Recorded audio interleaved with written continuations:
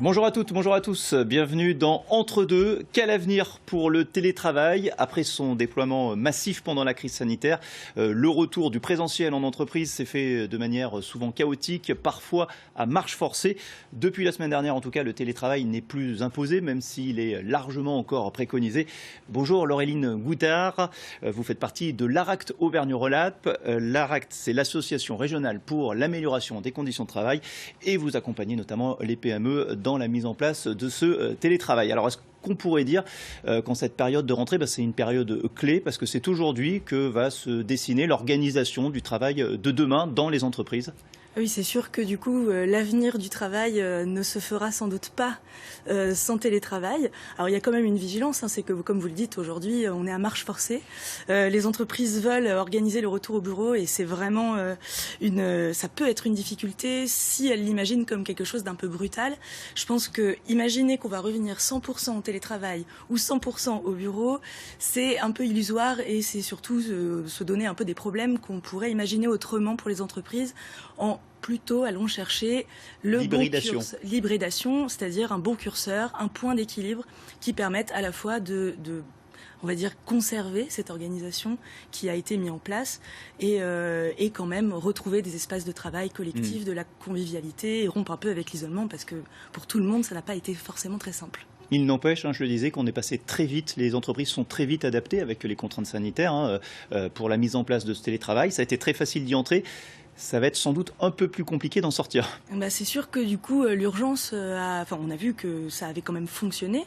On est passé du coup d'un télétravail d'urgence à là aujourd'hui quelque chose qui doit, selon nous, s'organiser, se discuter et puis du coup se négocier puisque là aujourd'hui il va falloir faire des accords d'entreprise et que les partenaires sociaux au sein des entreprises puissent décider de chartes, d'accords sur le télétravail qui du coup conviennent à toutes les parties. On va en reparler sur les accords d'entreprise parce que évidemment en ce moment ça se négocie entreprise par entreprise et non plus branche par branche, mais juste un chiffre pour montrer cette tendance. 4% des salariés qui télétravaillaient au moins une fois par semaine en 2019 contre 18% en juillet dernier. Il y a donc bien un avant et un après.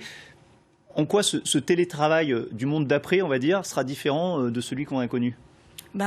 Il pourrait être différent déjà si on prend le temps de regarder qu'est-ce qui s'est passé pendant cette période de crise écoulée, c'est-à-dire prendre le temps du retour d'expérience. Et je pense que chaque entreprise a un intérêt à regarder vraiment ce qui s'est passé, de prendre note sur qu'est-ce qui a été difficile pour pouvoir l'améliorer et pouvoir capitaliser sur ce qui s'est bien passé et pour pouvoir du coup intégrer le télétravail dans une organisation plus pérenne et plutôt hybride, si on ne part pas sur du 100% télétravail. Ce qui me paraît compliqué pour pas mal d'entreprises. En tout cas, nous, on s'intéresse spécifiquement aux PME. Le 100% télétravail, c'est un facteur attractif pour les startups, mais pour la plupart des autres entreprises, peut-être moins. Et puis, qu'est-ce qu'on fait du sentiment d'appartenance, etc. En fait, tout est possible, c'est bien d'innover, mais ce qui est vraiment important, c'est toujours de prendre en compte toutes les dimensions du travail, c'est-à-dire les enjeux d'organisation, les enjeux de management, et aussi même les enjeux d'intégration. Je veux dire, aujourd'hui, ne plus avoir de bureau, ne plus avoir de liens physiques, comment on intègre les nouveaux. On va dire c'est possible, mais il faut juste penser à se poser la question avant de le faire et puis le discuter, une fois de plus, j'insiste, avec l'ensemble des parties prenantes, que ce soit les CSE, les comités socio-économiques, ou tout simplement les salariés, quoi. Où placer le curseur et avoir la possibilité de le modifier au fil de l'eau, quasiment, ce curseur. Absolument. S'il y a quelque chose qui est bien important, c'est vraiment d'expérimenter. C'est de se laisser le temps de regarder qu'est-ce qui se passe, on expérimente, on évalue et on réajuste. Et du coup, même dans un accord, là, les entreprises ont été un peu pressées, sont pressées sur les négociations à mener sur ces questions de télétravail et de signer des accords.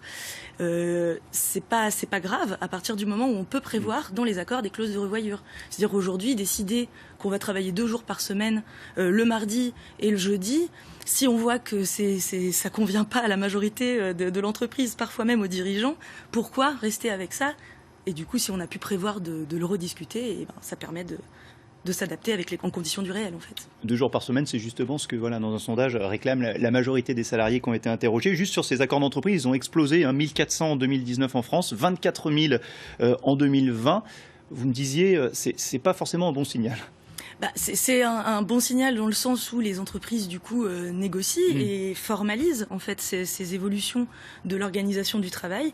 Après, voilà, la grande vigilance, c'est ne pas se précipiter. Je veux dire, le temps est un facteur extrêmement important de qualité de vie au travail derrière dans les résultats que ça va pouvoir donner. Prendre le temps de discuter avec tout le monde. Aujourd'hui, on est quand même sur une négociation qui se passe de plus en plus au sein des entreprises, donc pas forcément menée par des professionnels de la négociation. Donc aussi prendre le temps pour les délégués du personnel de se former, y compris pour les dirigeants représentants dans les CSE, de se former aux questions de négociation et de comprendre un peu comment fonctionne ce gagnant-gagnant qui permet la qualité de vie au travail et la performance au sein des entreprises. D'autant qu'il y a énormément d'incidences. On parle de plein de choses, notamment le droit à la déconnexion. Ça aussi, comment ça va être encadré ? C'est par entreprise que ça se discute. C'est par entreprise que ça se discute et là encore, on rejoint cette idée que tout est possible à partir du moment où c'est concerté et où on a vraiment pris en compte les dimensions à la fois individuelles et collectives de l'organisation pour ne pas être dans quelque chose de brutal qui va finalement venir desservir la performance de l'entreprise et la qualité de vie des salariés, ce que personne ne veut. Finalement.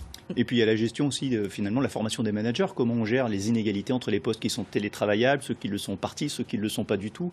C'est aussi assez compliqué à mettre en place, ça. Oui, je pense qu'il y a beaucoup de managers qui ont eu beaucoup de difficultés pendant cette période. On les a un petit peu forcés à passer d'un management parfois un peu de contrôle à quelque chose qui va plus sur l'autonomie. Et je pense qu'aujourd'hui, beaucoup d'entre eux nous diraient qu'ils aimeraient que toutes leurs équipes reviennent en présentiel parce que c'est beaucoup plus simple d'avoir tout le monde sous les yeux pour gérer le travail. Après, je pense que du coup, pour avancer, peut-être que 2 jours de formation, ça suffit pas. Il faut que les directions soient très très présentes auprès des managers sur la durée pour les accompagner sur la montée en autonomie des équipes.